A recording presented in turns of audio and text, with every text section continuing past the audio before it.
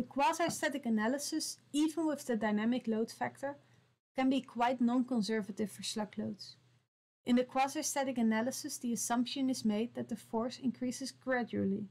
The system can adapt and redistribute the load. The movement of the system is also not taken into account, only where the pipe ends up. In the dynamic analysis, the potentially quick increase in the force is taken into account, as is the movement of the pipe as a reaction to the force. This movement in the dynamic analysis can be much larger than the static one, especially if one of the eigenmodes in the system is excited. This is one of the lower eigenmodes in the system that is present, and it could be excited by a slug traveling through the system.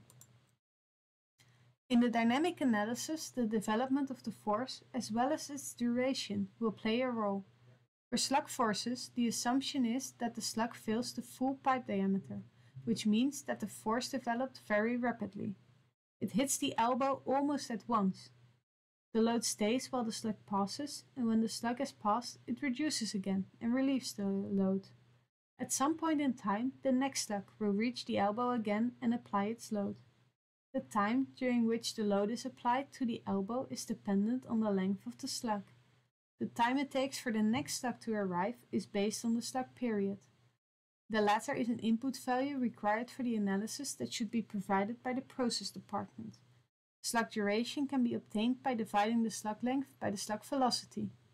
Using the speed and the geometric characteristics of the piping system, the timing of the slug hitting different elbows can also be taken into account.